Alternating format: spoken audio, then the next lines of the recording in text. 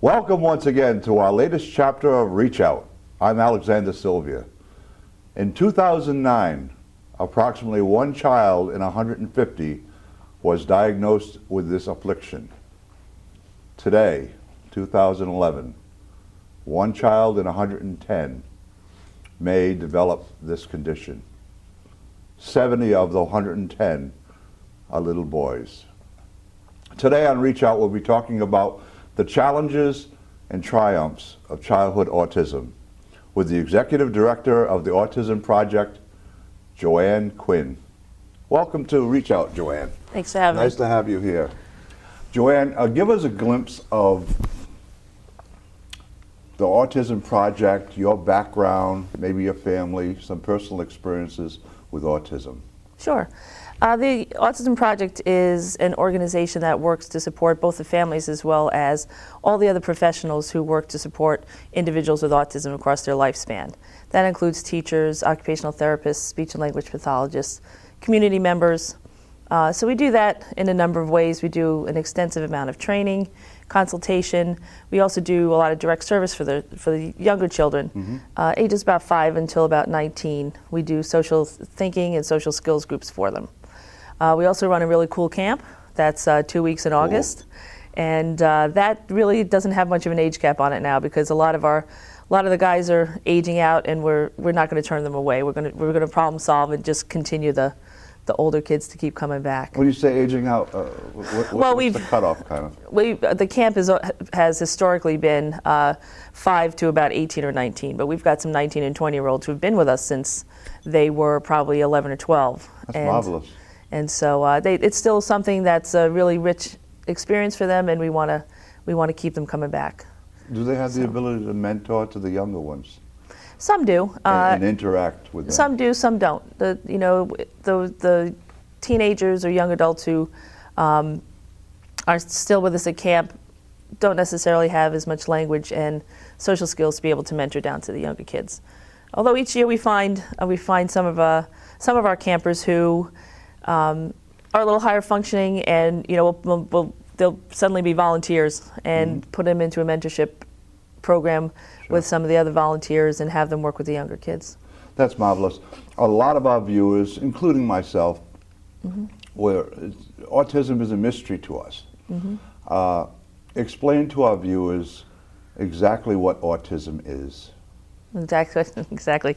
That's the difficult thing with autism. It's such a spectrum. And one thing just to clarify is it's across a lifespan. The kids are diagnosed when they're younger. The majority are probably diagnosed between the ages of 2.5 or 3 until 6 or 8, but there's still a big chunk who are diagnosed even later, who are higher functioning or have the diagnosis of Asperger's syndrome.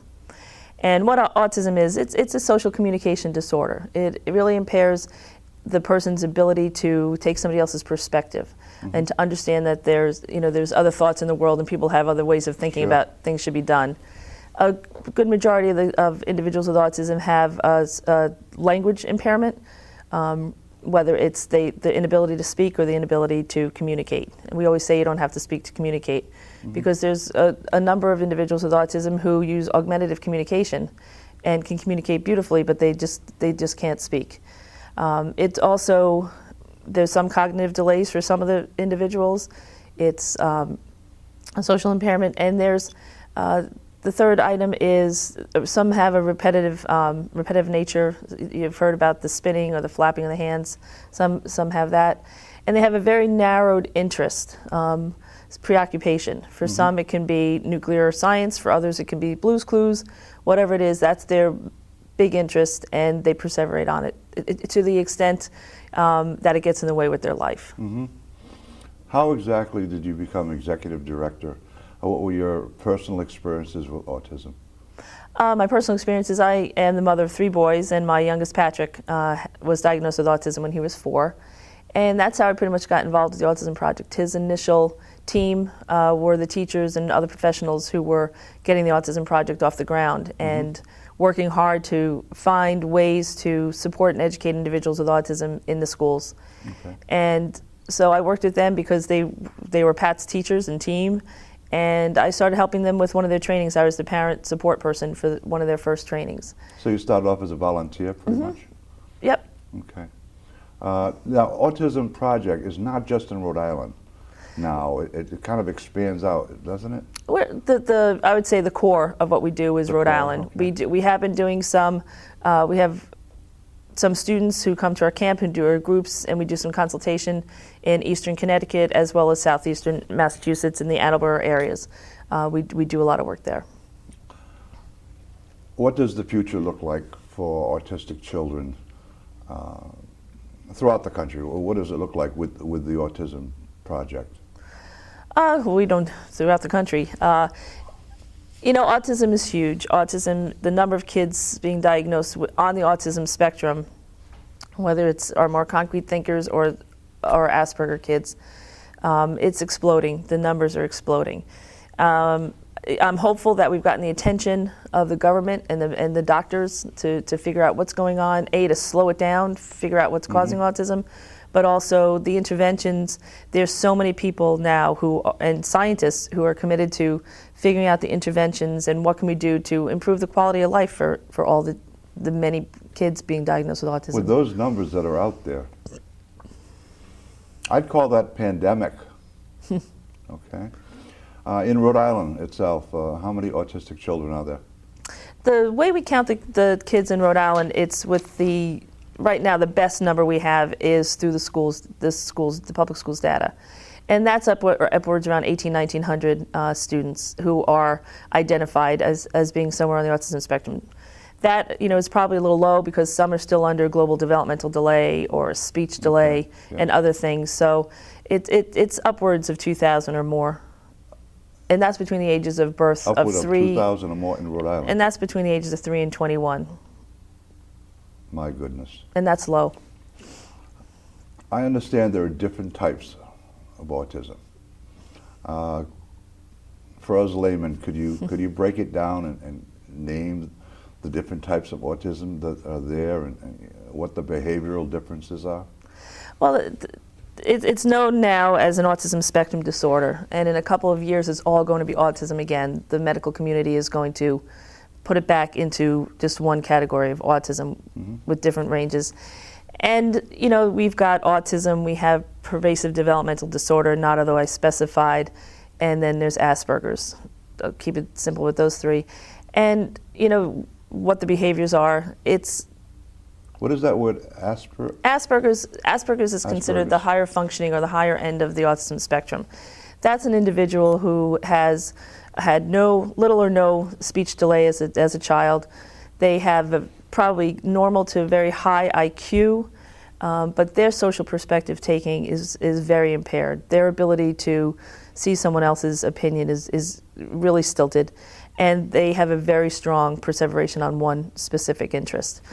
They're the little guys are the little professors. They can talk about anything. They've got beautiful language when they're young, but it's all about one specific targeted interest or area that they're in. Evidently, boys are more susceptible to this affliction than girls. I also understand that girls have a particular autism more often than boys. Is it the Rett syndrome? Rett syndrome is underneath the autism spectrum disorders, and it does afflict girls more than boys. But there are plenty of young women and young girls who have PDD as well as Asperger's and autism. And even as the numbers go up, it still does remain pretty much 4 to 1, 4 boys to 1 in terms of the numbers, but we're seeing more and more girls. Are there various treatments for the different types of autism? What are the success stories and your treatments? There's a wide variety of treatments, and I think that's probably, even speaking as a parent myself, that's one of the more difficult aspects of autism, is you are at the clinician's office, and you're given a diagnosis, whether it's Asperger's or autism or PDD, and there's no clear roadmap. Okay, this is how your child presents, this is what you need to do. There are a lot of good options out there, and a lot of times it's up to the parents, to figure out what option they're going to take. The the intervention that is out there, there's several interventions. For the younger kids, it's applied behavioral analysis, ABA. That's a very structured, intensive 30 to 40 hours a week of teaching. There's also social thinking. That's probably for the kids who have more language and are higher functioning. That's to give them the why behind the social skills. You don't just go up and say, "Hi, Mom, I like your shirt." You teach them, you say, "Hi, Mom, I like your shirt," because it'll make Mom feel good and Mom will have good thoughts about you. It's teaching them the whole underlining of what social communication's about. There's structured teaching, which is we adjust the environment so that the kids get the information they need so that they can work independently.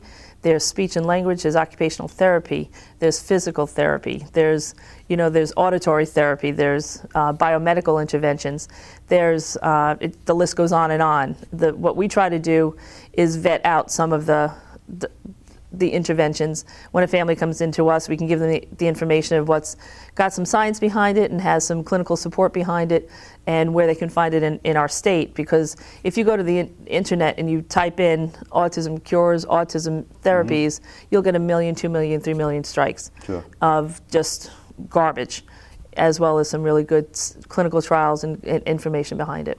Is it that because it's such a mysterious condition?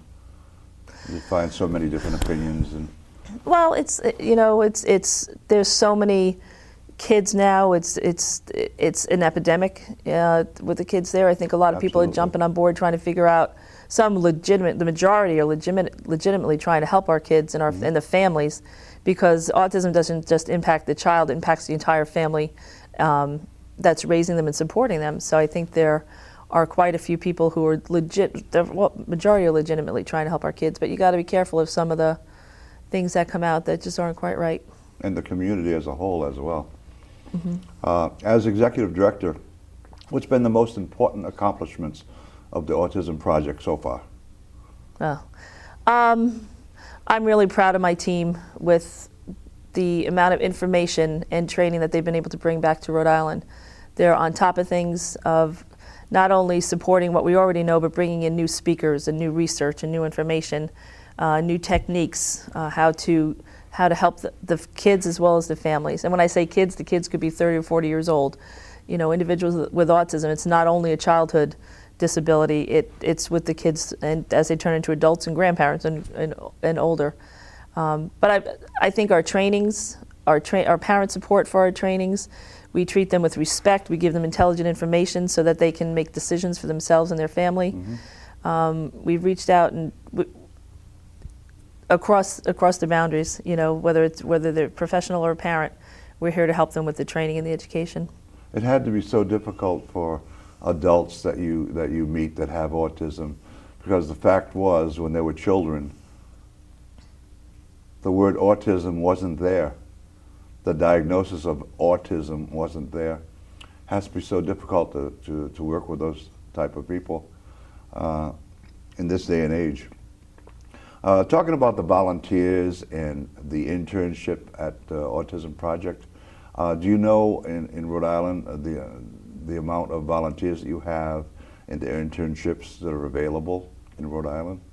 In terms of volunteers, we have hundreds every year. We use the majority of them for our Imagine Walk and Family Fun Day, which is coming up April 10th, shameless plug. April what? April 10th at Goddard Park. But we use probably 150 volunteers, and I would say 120 of them are the same who've been with us for the last 4 or 5 years, who come and put on this great event. We also have interns who work with us for a full year, the majority coming through Rhode Island College's MSW program. And they work they're a master's program, and they come through and work with our kids and work with our parents for a full year. So we do a lot of that. We really like to keep the education going. Another part of an internship, we could say, are volunteerism. We have some people who volunteer at our camp, quite a few.